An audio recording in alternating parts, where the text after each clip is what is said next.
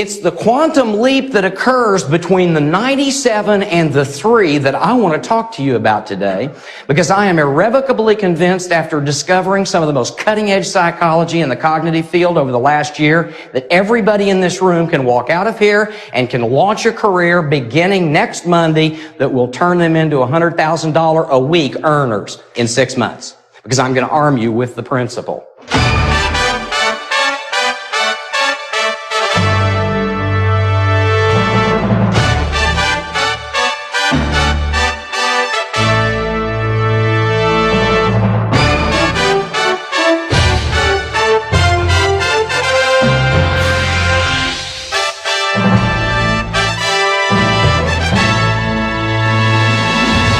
It is my privilege to introduce the next person that's going to come up and speak. I want you all to know how this business of networking works. It's really amazing. It's really strange. And I got started in this business in 1987, and I got a hand of some tapes that really made a big impact on my life. Some tapes produced by Mark Yarnell and Reed Yarnell, Mark's wife. And I was listening to those tapes, and there was so much incredible information on there that just really empowered me. See, this business is not only about education, it's also about empowering you to take that action, to actually utilize this information that you know so you can go to that next level. And these tapes really empowered me in a big way. And I'll tell you, the neat thing about network marketing is that Mark doesn't even know this. He doesn't even know that I listened to his tapes, that I've been using that material, that information. I've been sharing his story to people all around the world. And people have been impacted. People in Canada, people in Europe, people here in the States, people all over the world have been impacted from this information. And that's the neat thing about that. So I don't even need to say anything about Mark Yarnell. You all know Mark because if you read Success Magazine, you'll take a look at a lot of articles he's written from there. If you've just really heard anyone talking about anyone in this business, you hear him talking about Mark Yarnell. He has people in over 20 countries in his organization, over 200,000 distributors, and I'm not going to tell you the type of money he's making because, as has already been said, you won't even believe it, right, Eileen? All I got to say is just really continue to do what you guys are doing, because you guys are doing a great job taking notes. I can see it from up there. You guys are really into this, and that's what this is all about. It's about learning. It's about growing. Anytime you get an opportunity to learn from multimillionaires, do it. This is this little hour of information, which is going to give you knowledge that you can use to go to the next level. But get their books, get their tapes. I mean, get Eileen's material, great information there to take you to the next level. Every single person, if I were you guys, I would just, Eileen said I'll buy thousands of dollars worth of stuff every single month. That's right. So please help me to introduce Mr. Mark Yarnell.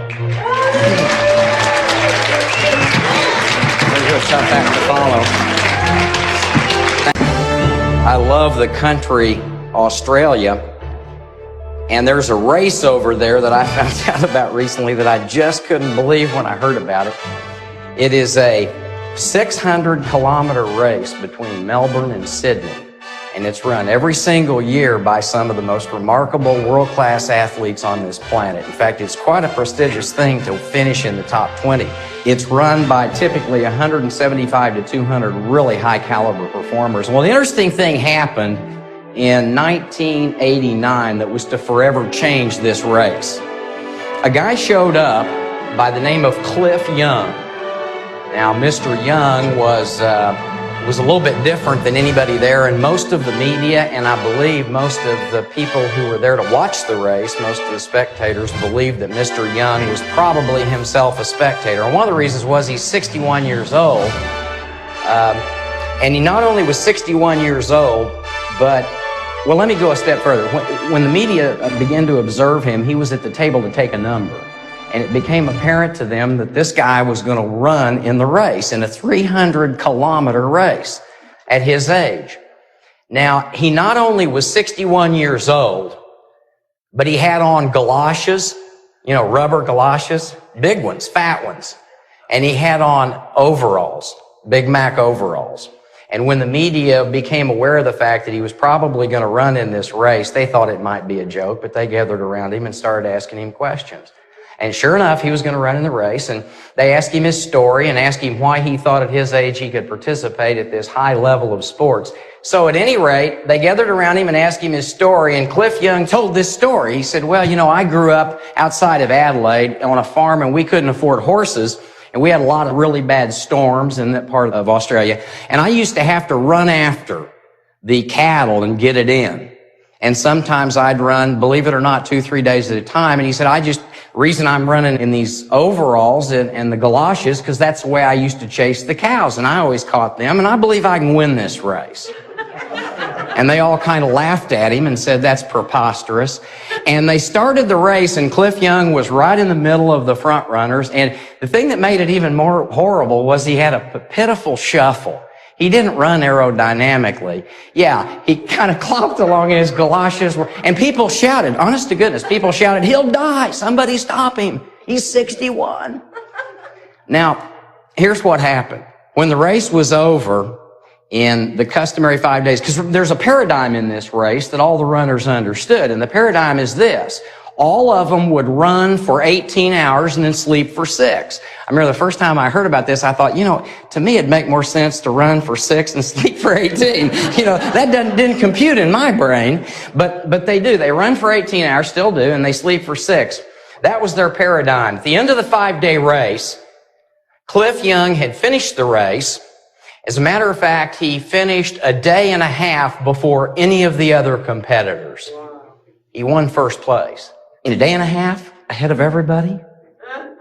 And when the media finally figured out what the difference was, and by the way, today, if you go to Sydney or Melbourne, you can observe this race in August, and you'll notice something about them. About half of them do the Cliff Young shuffle now.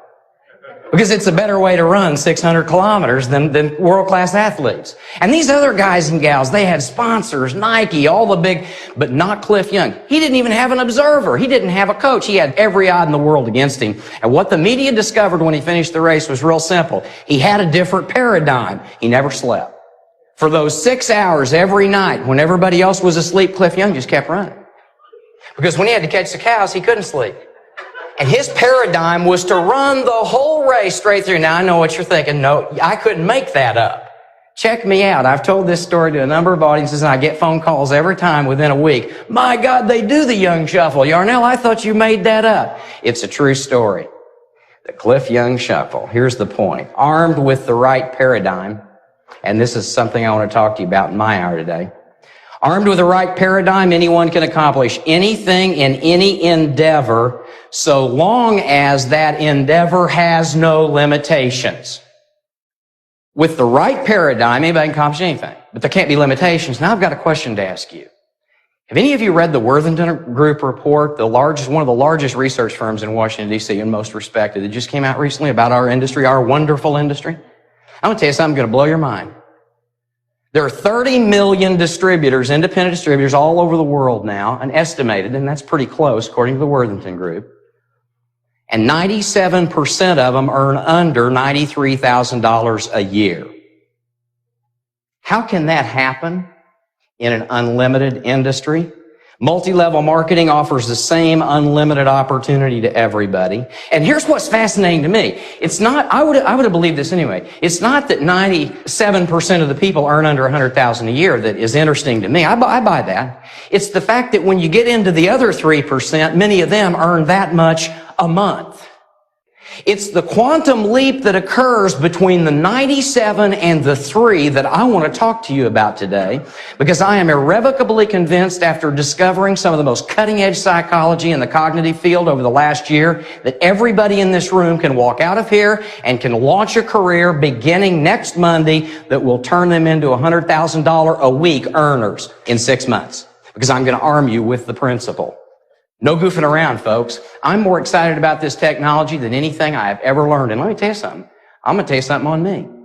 For the last 10 years, I've wandered from arena to arena, from ballroom to ballroom, from hotel to hotel, unconsciously telling people my systems because I didn't know what I didn't know.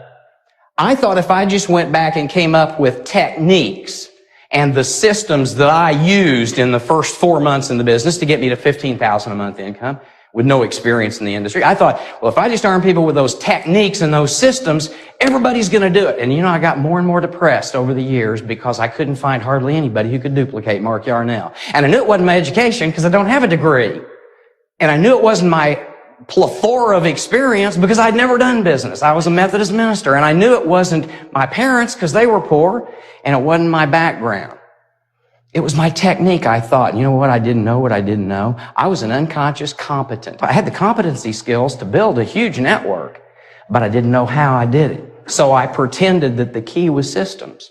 I want to talk to you about the quantum leap between the 97%, where most people find themselves, into the 3%, because it can be duplicated easily. Recent breakthroughs, and I mean major breakthroughs in the cognitive sciences, have proven several things about our brain wiring, and I'm going to recommend that you get 3 books. They're critical. The first one is called Thought Contagion by Aaron Lynch.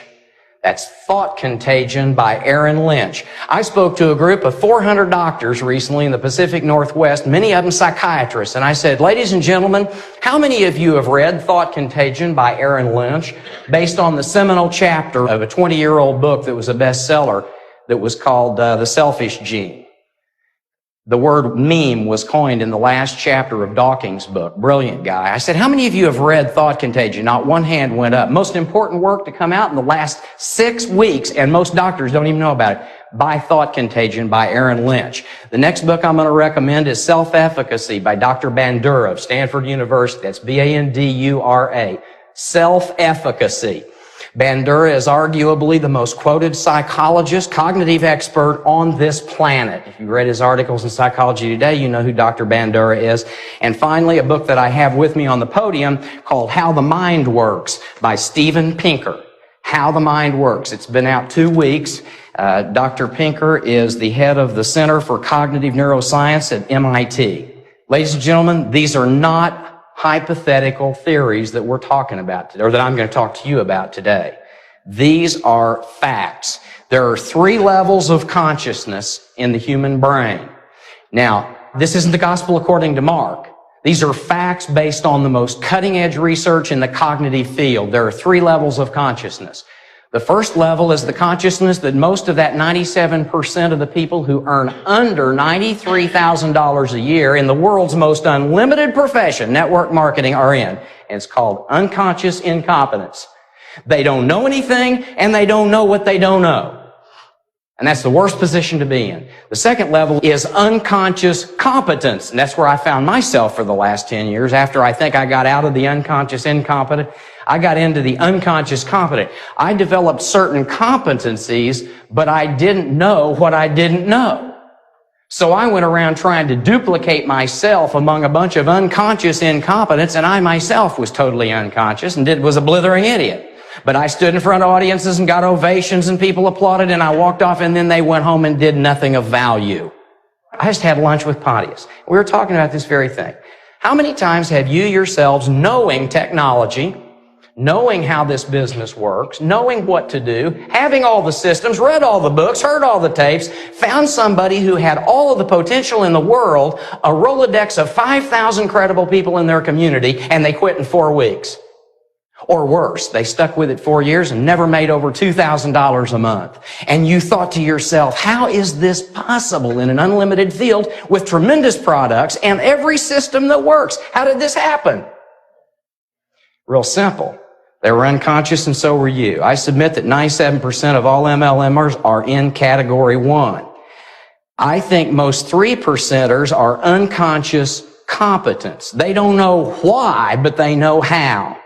And they have the competency to make the big money, but they really don't know how they did it for sure, and they sure don't know how to tell other people to do it. And that was me, as I said, for 10 years. So we teach systems. Those of us who get to the big money, we teach aphorisms, and we write books, and we record audios and videos. Ladies and gentlemen, let me tell you something. Here's a fact. No system, no seminar, no mentor, no outside consultant, no audio, no book, no video, no process of any kind has gotten one company in our industry to $10 billion, and that is a pimple on a frog's butt in the world of economics. There isn't one company. Our company's been around now for 50 years, and not one of them is even a little company. And yet we're in 111 countries. What's going on?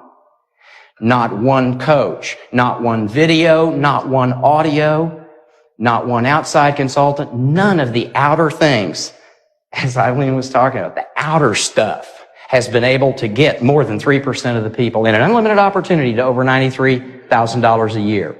What does that tell you? There's something amiss. There's something amiss, and I'm proud to have been part of it. Why, when we've got the best product? Can anybody, you tell me the truth now, you'll agree with this.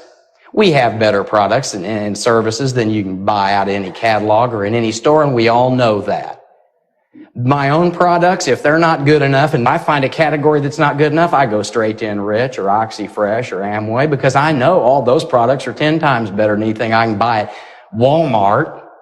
We got the best products in the world. We've got the best form of distribution. How many times have we heard word of mouth is the best form of advertising? There is no better than a friend telling a friend. So we got the best form of distribution because we got the best form of advertising. It's free. It's word of mouth. When one of us tells a friend, hey, this is a great stuff, they're probably going to use it. So we got the best products. We've got the best advertising and distribution. And number 3, we've got an unlimited revenue stream. That's right. We have the best of the best in this industry, and I hope that you are proud and excited to be a part of it. Let's go ahead and take a 30-second mental break, and then we will join Mark back at the live seminar.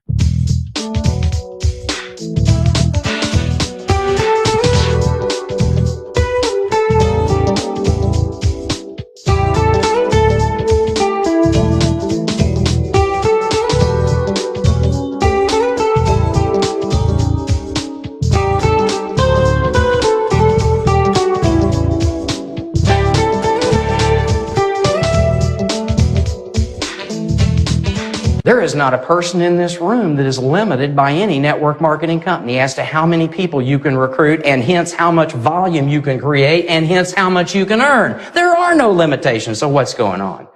How come I signed up the mayor of Austin, Texas, who owned the biggest real estate firm and insurance company, and I signed up my maid?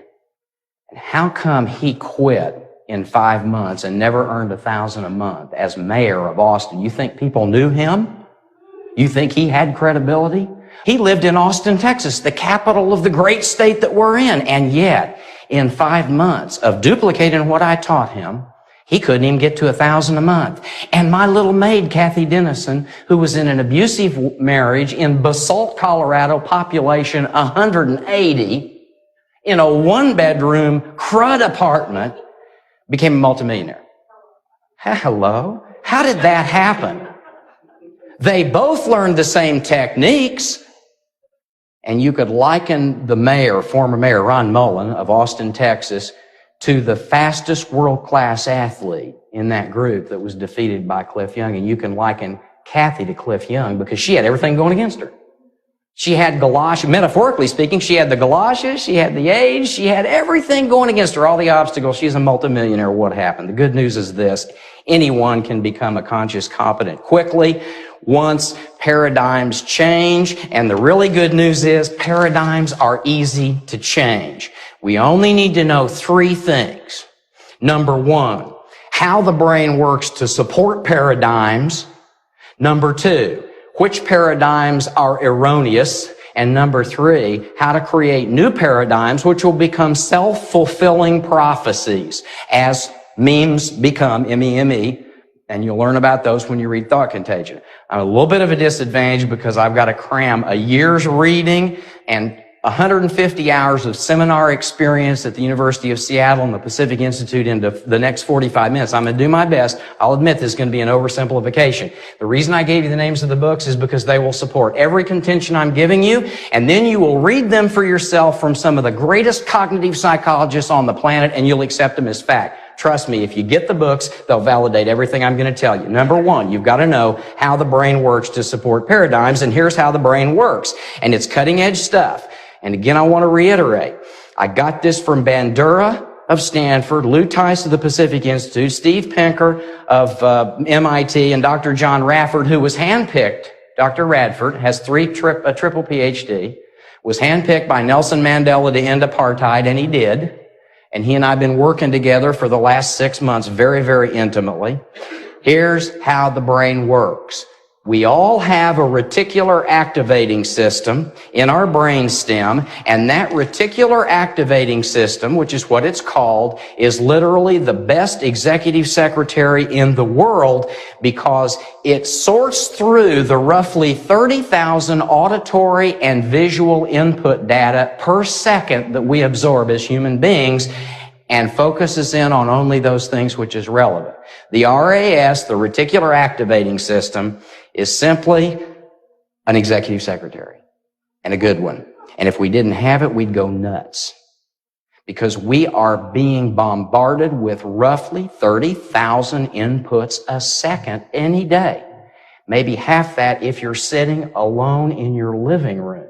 Maybe 15,000 if you're doing nothing. We're still being bombarded with peripheral vision, auditory cues, etc. And so the reticular activating system is simply there to screen out that which isn't relevant. In fact, it does three things. Number one, it screens out information that is relevant to our specific task. It allows through information that's relevant to our specific task. The second thing it does is it lets in information relevant to our specific paradigms, our belief systems, anything in support of our paradigm. And finally, it lets in threats to us or loved ones. Now, let me just give you a few examples. One happened to me yesterday, and it's a classic example, and I had to laugh when it happened. Those of you who've ever been in the Reno airport know that it's insane. And especially on Fridays and Saturdays, because most people who go to Reno to game, and I want to thank those of you who ever have, we have no state income tax, God bless you. And so what happens is every Friday and Saturday, people show up by the plane load, and then every Friday and Saturday they leave. I've got one task in mind, to get to Dallas by gate B4 and Delta Airlines, and I'm walking through a menagerie of people, half drunk. Some have won money, some have lost, some are in a great mood, some aren't. The paging system's going berserk. It never stops calling people to the phone. I walk by every gate and there are hundreds of people. They're in the snack bar, they're in the smoking room, and noise and bombardment is insane. And nothing's bothering me and nothing's getting my attention because my task is to get to B4. And so I'm going along and nothing gets to me until I hear over the paging system, would Mark Yarnell please pick up the white paging phone? It wasn't even my name, but it was close. And my reticular activating system immediately forced me to a telephone, and I picked it up, and it was my wife, and she had data relevant to this trip. Now, why did I hear none of the other pages? They weren't relevant. But if I hear my name or you hear yours in the midst of the most ridiculous chaos, or how about this, you're at a cocktail party, and you've got a whole group of people spread out, and you're talking to one group of three people, and over in the far corner, somebody mentions your business or your name, says something about multi-level, something about Amway, something about, just mentions your name, and excuse me, I gotta go see what they're talking about. You want to know. Why did you pick that up? There are 50 other conversations going on all around you because your reticular activating system told you this is necessary and screened out everything except that input. And you acted on it.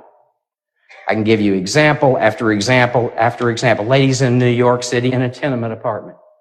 And down below are the cars, and it's noisy. And and she sleeps days. And there are jackhammers going, and there are sirens. It's New York. And she's got an infant across the room. And for 2 hours, she sleeps soundly from 2 until 4 in the afternoon. And she wouldn't have awakened until 6 when the alarm goes off to get ready for work, except for one thing, the baby cries. Infinitely softer than the traffic. And she's awake like that. Because her reticular activating system screens out everything that's not relevant in terms of threats to herself or loved ones. That's the third element. So because of a potential threat, and that's what the baby crying implies, she's up like that. But the jackhammer didn't wake her. Thank God for the reticular activating system. Cognitive psychologists will say over and over again, those who don't have it wind up autistic or schizophrenic or insane. We are able to screen out the things that are unnecessary. Today I want to focus on one aspect of the cognitive brain function, and that's how the RAS filters out and builds scotomas to any information contrary to our paradigms. That's just one of the three things, but that's what I want to focus on. Forget threats, forget relevancy. Let's just talk about how the RAS screens out anything that is not relevant to our paradigms, our internal belief systems. Some of you know, and you need to hear this story 10 times, so I don't mind telling you again. Some of you know about the story that I like to refer to about Houdini, because in his career, there was one time when he almost blew it, and he wrote about it in his memoirs, and here's what happened. Houdini would go anywhere to break out of any lock or any kind of, he would perform any kind of escape, as long as the media was there. He was at the height of his career when a new bank opened in London.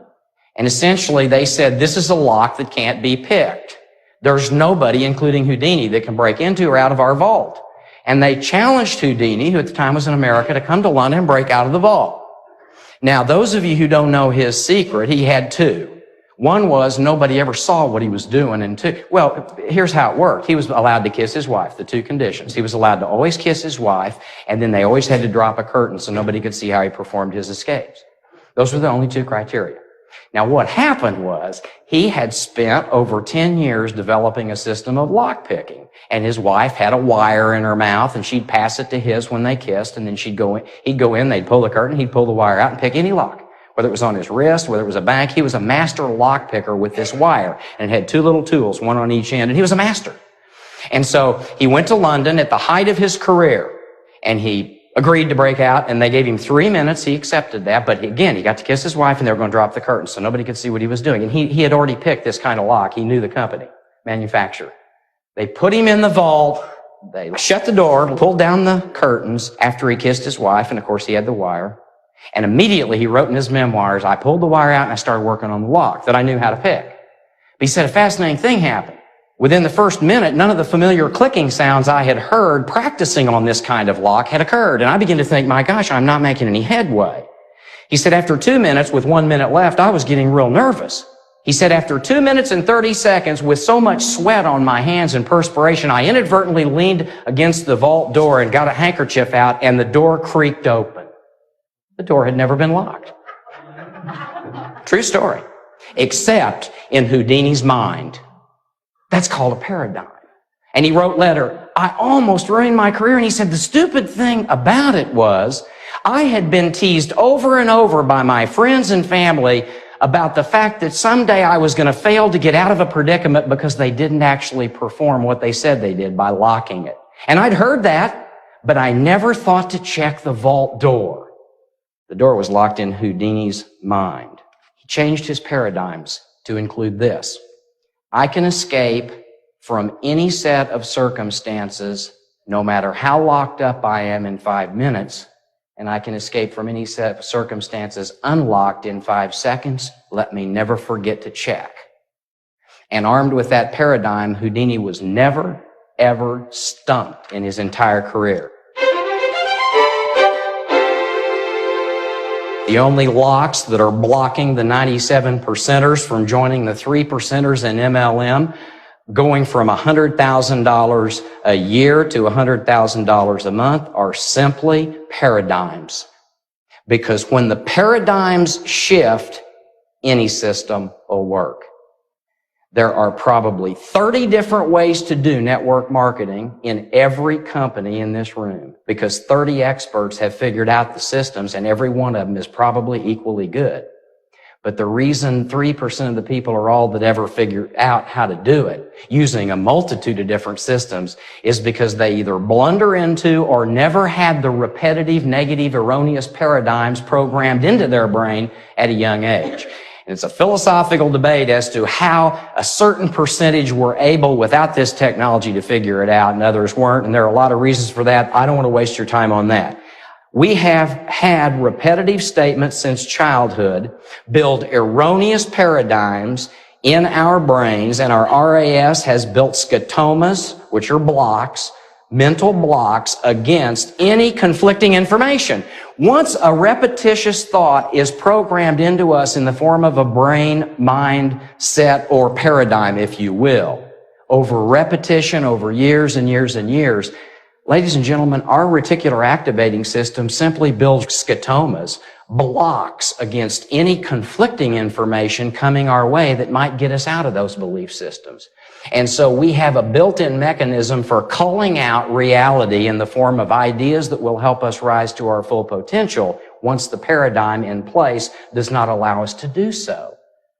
I think Bandura and Sanford was really onto something here. Our paradigms have come from respected authorities. And let me just give you a few. And I'm going to tell you how big of paradigms these are in your brains. You're going to give me the last word of these paradigms. That's how big a part they are of your life and mine. And you've been hearing them since you were very, very small. Here's the first one. It's easier for a camel to go through the eye of a needle than for a rich man to get into. It's lonely at the. Money is the root of all. Some people are just in the right place at the. Yeah, see, all of us know this. You've memorized it. All I've got to do is give you the opening lines, and you know money's evil, and you know I don't know about you, I want to go to heaven. Don't you? But we ain't getting there if we're rich. That's a paradigm. And anybody that comes along and says, wealth is a virtue, oh, my brain, my RAS, puts up a scotoma real quick. That guy's a heathen. Did you hear that, honey? He thinks money is a virtue. We know money is the root of all evil. Yeah, right. That's why Jesus had a treasure. And the others, there are others. And, I could go into a lot of them. Poverty is a virtue. How many of you have heard that? Poverty is a virtue. Do not store up treasures on earth. Paradigms change easily. And this is the good news. Paradigms change easily through repetitive self-talk. Once our brains are totally re-engineered with simple repetition, what occurs is our reticular activating system begins to build new scotomas to irrelevant data to that new paradigm, and then it lets in all pertinent information which supports our new paradigm. See, it's been blocking everything that was not in accordance with those very sentences you just finished. And over a period of years, through the process of repetition, we've created these paradigms that the reticular activating system is going to go out of its way to block any conflicting data as it appears to you or me, unless it's a threat or unless it's relevant. And we have told our brain unconsciously that anything is irrelevant to our paradigms. And if we haven't told it that, it happens anyway. And here's the good news. Once the new paradigms are in place, nothing is grandiose. Once the new paradigms are in place, there's no such thing as grandiosity because the sky becomes the limit. And that's why a man in Seattle earns $1 billion a year. There were no scotomas to that in his brain. You can leap into the 3% with any company, with any upline, with any system. Once you've got the right paradigm, now hear that, you can leap into the 3% who earn $100,000 a week or $1 million a month, whatever. Regardless of your company, don't change. Geographical cures don't work. Regardless of your upline, regardless of the system. Once you've got the right paradigm, because most of the systems out there work and our industry's unlimited, most of our companies are great, if you just do two things. Apply tenacity and perseverance. Isn't it funny when you hear people talk? I was listening to Eileen. When I first got in the business back in the early 80s, or Ken, when I got in the business back in 77, Robert, but it doesn't matter who you hear from. Typically, the people that are in that big number, the 3%, they've been with the same deal 10, 15, 20 years. They've had problems. They've had scumbags in the home office who didn't have the brains God gave a crowbar. They've had downlines stolen. They've been cheated and lied to by the presidents of their companies. They've had people stolen in foreign markets and people go in 6 months early and build illegitimate downlines. Everything that's happened to all of us has happened in every company. But some people just get beyond it and they stick with it, and through tenacity and perseverance, they make it to the pinnacle. And they do it because of the right paradigms. My personal examples I want to share with you because I think they're relevant. About a year ago, I decided I wanted to earn $1 million a week. And it was because I had some projects I was working on that were going to take a whole lot more than what I earned. Now, I believed, and it was probably the wrong paradigm, I believed it was going to be harder to earn $1 million a week in the field of network marketing than if I spread myself out and got into a lot of different things simultaneously. And so I created I re-engineered a new paradigm that simply said I'm open and receptive to any ideas which will help me to earn $1 million a week, whether they come inside or outside MLM. Now, I want to tell you what happened the first month. Nothing. I had been so convinced that MLM was the only vehicle for wealth that it took me a while to build in this new paradigm. That anything, especially money, could come from outside this field, especially somebody without a degree or any special skills. First month, absolutely nothing happened. I hadn't had time to replace the old paradigm. MLM's where you make all the money. The second month, I got a phone call from Richard and Ursula Tracy. Now, they're very close friends of Renee's and mine in Reno. Richard was the guy who designed the Learjet for Bill Lear. He was the chief engineer, and he's a consultant now to Boeing, Aerospace, a bunch of different companies. And they invited us to dinner, which is no big deal. We go out to dinner there probably once every month or two, and they're dear friends, good people. Richard told me the story of his his Mach 1.5 business jet and the laminar flow wing that had been his pet project all his life, and why he could build a jet that would outperform any of the Lear jets or anything made by Bombardier or Gulfstream or any of the other companies. And for the first time, I heard his story. He had told me about his invention probably 20 times, but my paradigm was just MLM, and it just didn't interest me. But now, all of a sudden, I was open and receptive, and I got to thinking, gosh, if Richard really has created the first supersonic business jet, what an invention. And I started thinking about it. The same month, I met the senior vice president of ethics for Boeing Airline by total coincidence. And I picked his brain a little, and he told me how he'd go about marketing it. The same month, I met the senior vice president of Raytheon, who introduced me to the chairman of the board of Raytheon Air in Wichita that just acquired Beechcraft. I would have never even paid attention to what this guy did, but I was open and receptive to outside ideas. I met the chief technology transfer expert from NASA, and among these 4 experts was able to put together a reasonably good idea about how to market this business jet, which, by the way, is a $100 million project, and I get 20% of it. Because that's what Richard, my good friend, offered to give me. But there was one missing element. And for the last 2 or 3 months, it's been bothering me before I wanted to approach one of these companies. And then last night on the way here, I sat down next to Howard Putman. He sat next to me in the plane, former CEO of Southwest Airlines, whom I would have never talked aviation with, probably wouldn't even talked to. He was busy reading. But when I found out who he was, I told him about the one problem I couldn't quite figure out to market this laminar flow wing, and he solved it for me in 5 minutes. Ladies and gentlemen, I'm going to tell you something. I don't know if we'll market it. I hope we do for Richard's sake. He's worked his whole life making minimal income as a brilliant aviation expert, and for his sake, I'd love to do it. And for the sake of the projects we're working on, I could use the money. But let me tell you something. I would have never met these other people, and I would have never been in a position to even do this had I not changed my paradigm. You see what I'm talking about? And that's just one example. The third month, Prima Publishing called. I didn't know anything about Prima Publishing. The third month after I was open to all this. And they said, we really liked what was written about you in Wave 3, and Wave 3 sold well. Would you write a book for us your first year in networking? And we really didn't have time, didn't really want to. But they drove to Reno from California, and we went out to dinner, and they made us a really remarkable offer to write a book that we had never even planned on. The fourth month, I heard about a guy in Arkansas who has developed an electric car and a helicopter that runs on hydrogen peroxide with zero ecological problems, because when you split, hydrogen peroxide just turns into water, and the helicopter doesn't even have a motor. The problem he's had is he hadn't been able to figure out how to market it. Now, here's the point. We all miss hundreds of ideas a day that are right there, are bombarding us, because our reticular activating system says, that's not relevant to what you think is right. This isn't relevant. That's not a threat. This won't work. Until we change paradigms. And then that executive secretary at the back of our brain becomes our greatest ally toward fulfilling our dreams and goals, because it builds blocks against those things that will not assist us in our forward progress. And it lets in, through the filtering process, anything relevant to achieving that objective. Wow, I hope you are getting all this good stuff that Mark is talking about. Why don't we take another mental break, give it a chance to kind of digest in your mind a little bit, and then we will return to the seminar to wrap everything up.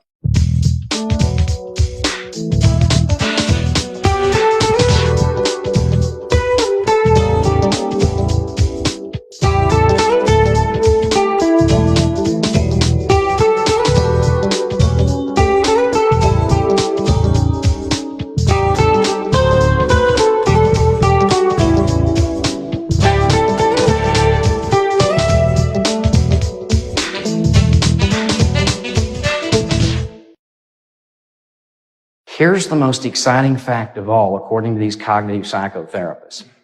It's easy to change a paradigm, no matter how deep-rooted, because a new mind thought, a new brain concept will supplant it relatively fast through saturation. PR people have known this for years.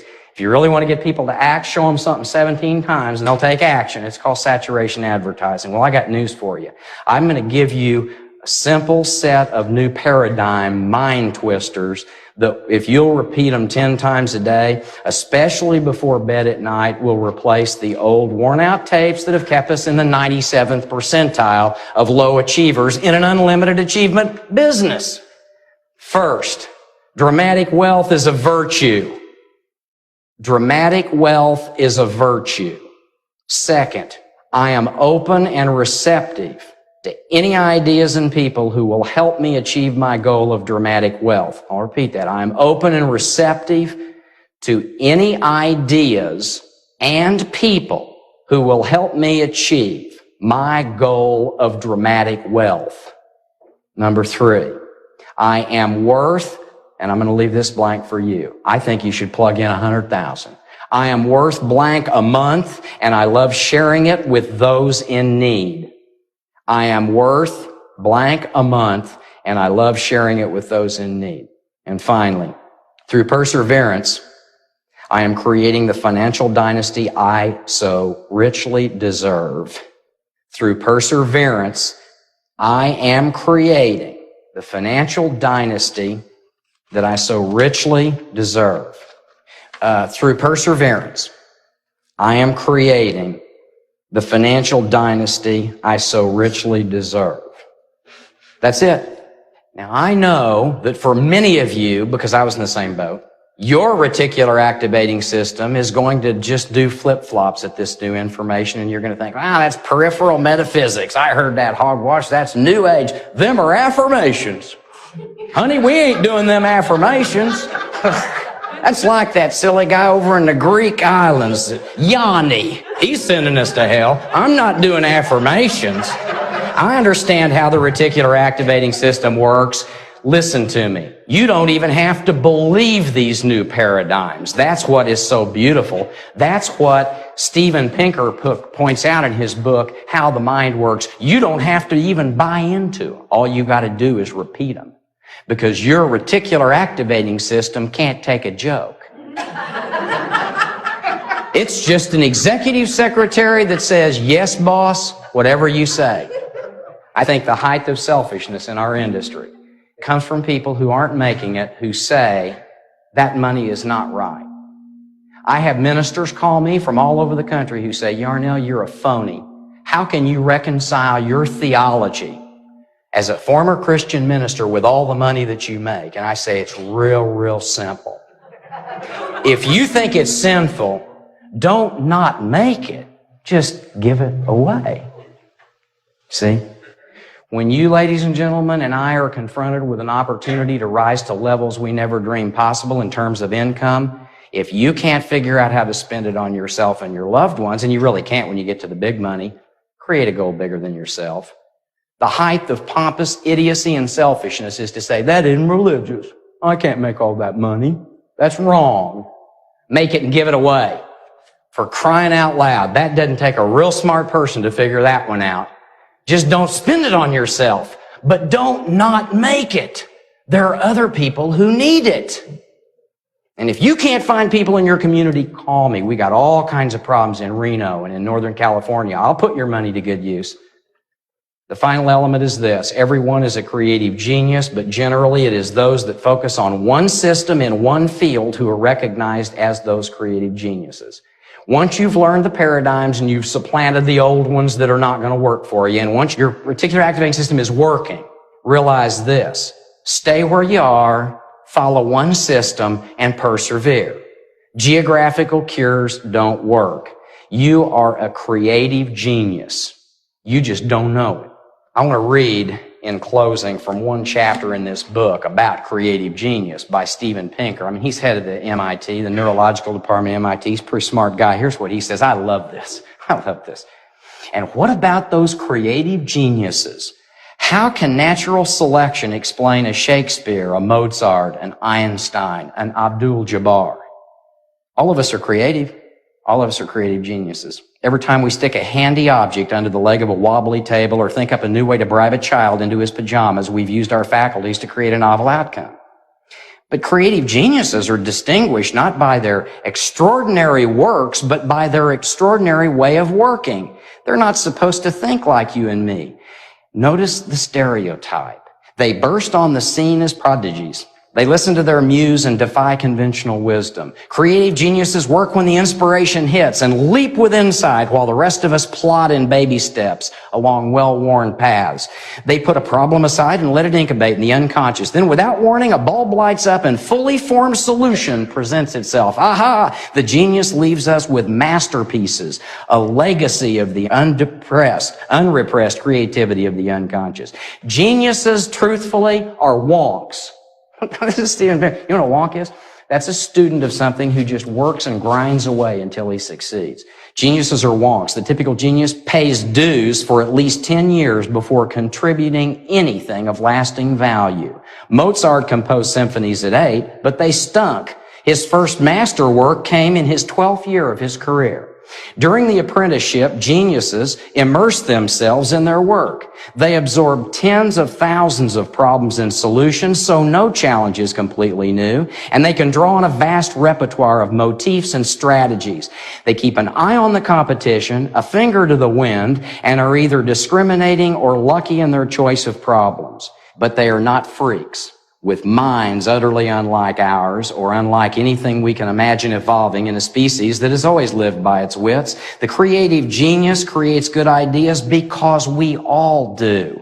Prodigies are often born in a certain era. Now listen to this. Prodigies are often born in a certain era, blunder into the right profession because they happen to be passionate about it, often die unappreciated, and then 200 years later, they're heralded as a creative genius. Woody Allen points this out in his fictitious letter from a depressed Vincent van Gogh to his brother by simply putting him in a different era and a different profession. In Allen's letter, Vincent van Gogh is a dentist living today instead of a romantic impressionist living 200 years ago. He writes to his brother, "Dear Phil, Mrs. Saul Schwimmer is suing me because I made a bridge as I felt and not to fit her ridiculous mouth. That's right. I can't work to order like some common tradesman. I decided her bridge should be enormous and billowing with wild, explosive teeth flaring up in every direction like fire. Now she's upset because it won't fit in her mouth. I tried forcing the false plate in, but it sticks out like a starburst chandelier. Still, I find it beautiful." So much for the creative genius. Ladies and gentlemen, remember Houdini, remember Cliff Young. There are only two kinds of people in our industry, people who think they can and people who think they can't, and they're both right. Change your paradigms, and you'll discover that the mental door to creative genius was never even locked in the first place. God bless you.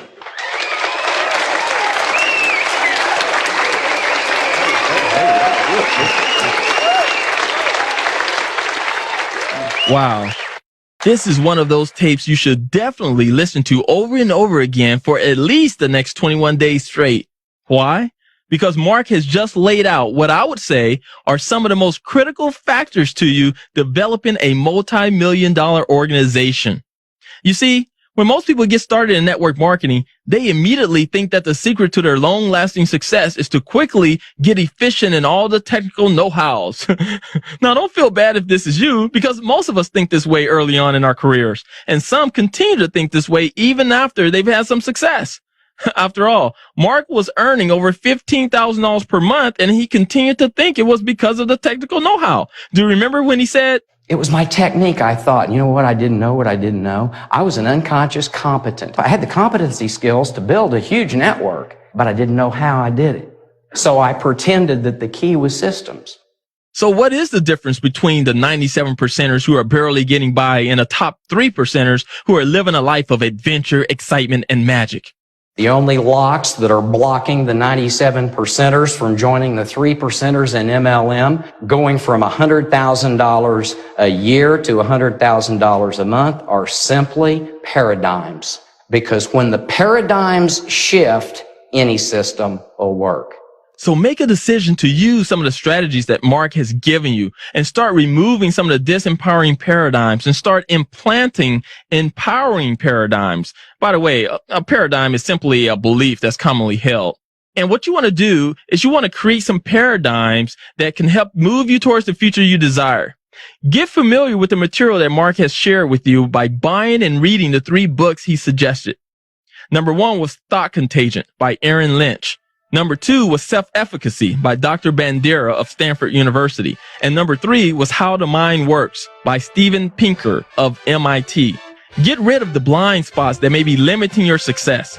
Program your reticular activating system so that it will bring to you the people, places, and things that will be supportive of your dreams. And as Mark says, create a goal bigger than yourself. The height of pompous idiocy and selfishness is to say, that isn't religious. I can't make all that money. That's wrong. Make it and give it away. For crying out loud, that doesn't take a real smart person to figure that one out. Just don't spend it on yourself, but don't not make it. There are other people who need it. This is Jerry Clark saying, if you believe it, you can achieve it. But if you doubt it, you will live without it. Go, go, go.